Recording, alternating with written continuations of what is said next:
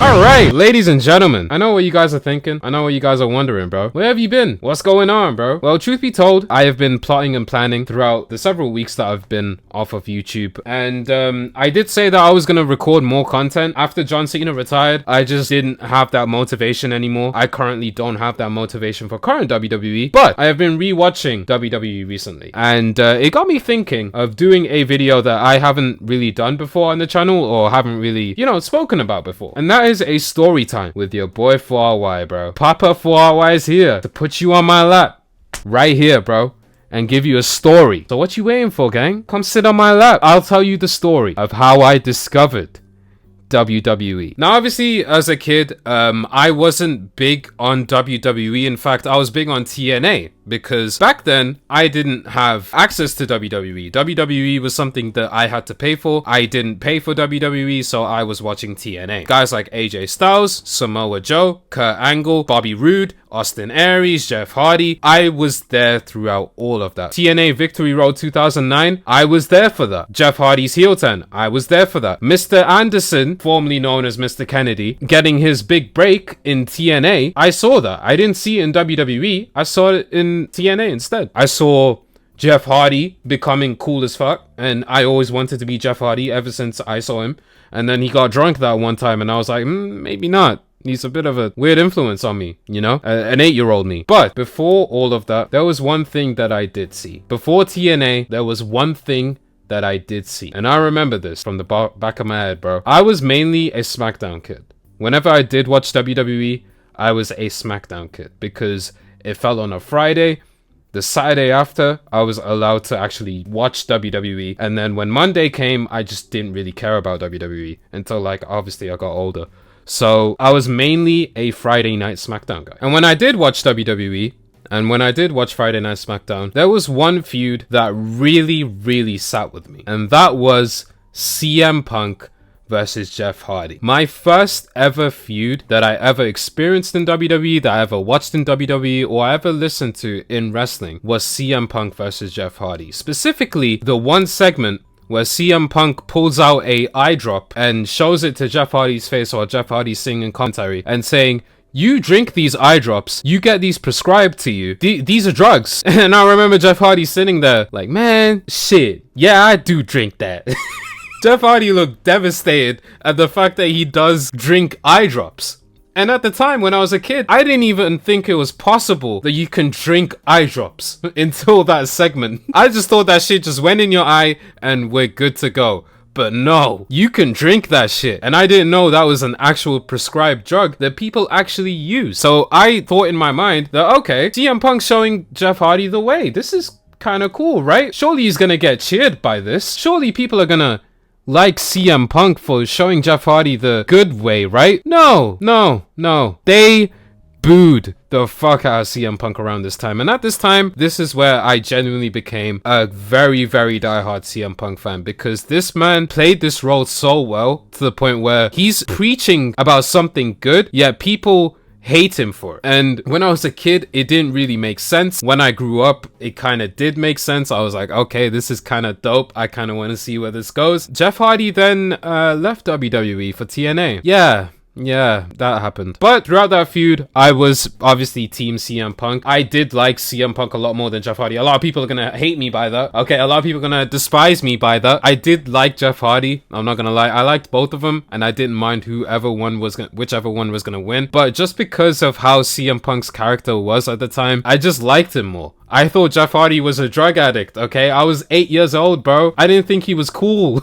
My first impression of him was drinking eye drops, bro. You think I'm gonna like that? Hell no. So that's how I experienced WWE. The way I did it was, I did this on my iPad. WWE, every now and then, they drop YouTube videos of certain segments, and that was when I discovered the Jeff Hardy segment. And then I, as an 8-year-old kid I would doom scroll the WWE, the WWE thing. And because obviously, as you can see, I am brown. I'm a brown guy, okay? This is gonna come into context as soon as I say this sentence. Please just wait for it.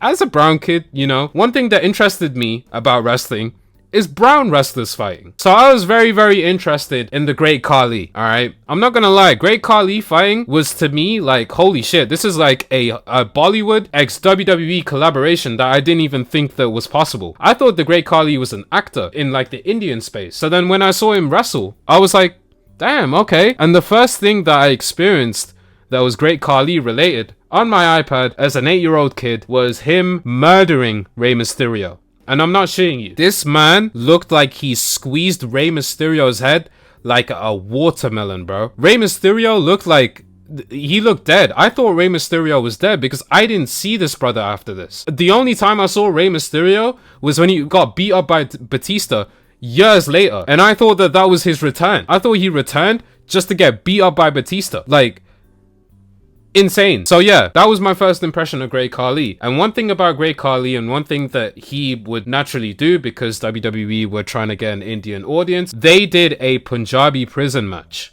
Now, one of the participants in this Punjabi prison match with the Great Khali was Batista. Batista around this time, oh my god, the aura this man had, bro. He had the World Heavyweight Championship, the big gold one, not the little gold one that CM Punk wears now, the big gold one. He had the entrance, he had the pyro, he had everything, bro. This man was aura before aura was even a term with the Gen Z, bro. This man was insane. One thing that I love about Batista was that he looked so like larger than life. So then when I used to watch that, it kind of like, you know, was eye-catching to me because it was like, damn, bro, Batista, you know, he got the little goatee going on. He got the cool, like, entrance music, you know, like, this is genuinely my favorite era of Batista. Nothing beats this. I don't think the PG era beats that version Batista when he was carrying SmackDown throughout that term from, like, 2003 or 4 to, like, 2007.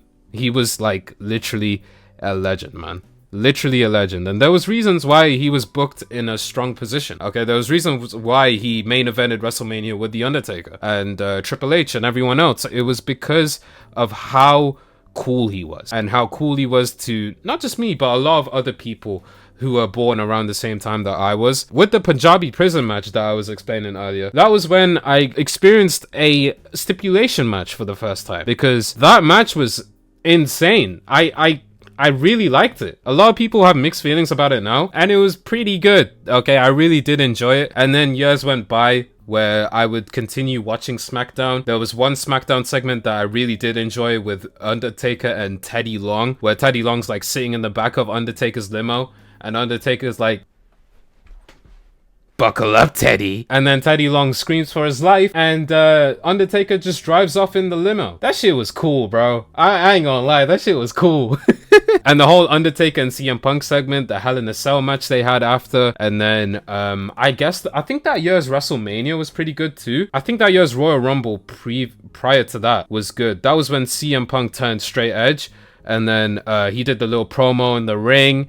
And then Edge won that Rumble, and then Elimination Chamber 2010 happened, which by far stands as my favorite Elimination Chamber. I think the best Elimination Chamber, not just for nostalgia reasons, but just because I can say it, okay? And you can argue with me if you want, okay?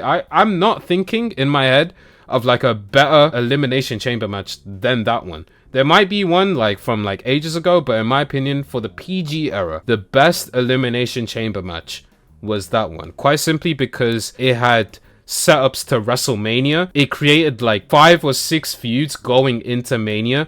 You can literally watch that whole pay-per-view and you'll understand what's going on for that year's Mania. So yeah, again, pretty amazing Elimination Chamber. The WrestleMania after was really, really cool. And yeah, let me know if you guys want me to review any old pay-per-views, you know. I'm always down for that, you know what I'm saying? That's like something that I really like doing. I like rewatching the old shows and then coming back and be like, ooh, this happened, you know what I'm saying? I did that with Royal Rumble 2014. You can go check that video out. I also did that with Royal Rumble 2000, I believe. You can go check those out. It is WrestleMania season, so I'm probably gonna do something like that anyway. But yeah, that was how I discovered WWE. I hope you guys had a fun time hearing me, you know, talk and rant and all that shit, bro, because I'll be honest, I experienced WWE at its peak, okay? I was 8 years old, I was a kid, and then slowly but surely, we ended up looking at John Cena versus Randy Orton, that whole feud where Randy Orton kicked John Cena's dad in the face, and then we got to bragging rights where Randy Orton was just playing with the pyro like this, and yeah, I loved Randy Orton back then. John Cena was my op, okay? I hated John Cena, bro. If you were born around that time, you would understand why John Cena was shit around that time, because he just kept winning, bro. He can be in a car accident the night before, and then he'll come and just somehow pin 1, 2, 3 Cena wins, lol. And the more time went on, obviously the more we do appreciate John Cena, so I guess that's great. But yeah, I am very, very grateful that I have found wrestling the way that I did, and I didn't find it in a way that it is now, because I'll be honest, people that are WWE fans right now, I feel so sorry for you, bro. I genuinely do. Alright, I feel bad for you, bro. It's not looking good. I'm gonna just say it straight up, it's not looking good, bro. And yeah, I'll catch you guys in the next video. Hopefully we can get it out soon. I'm not gonna jinx anything or anything, but yeah, I'll catch you guys soon. Deuces.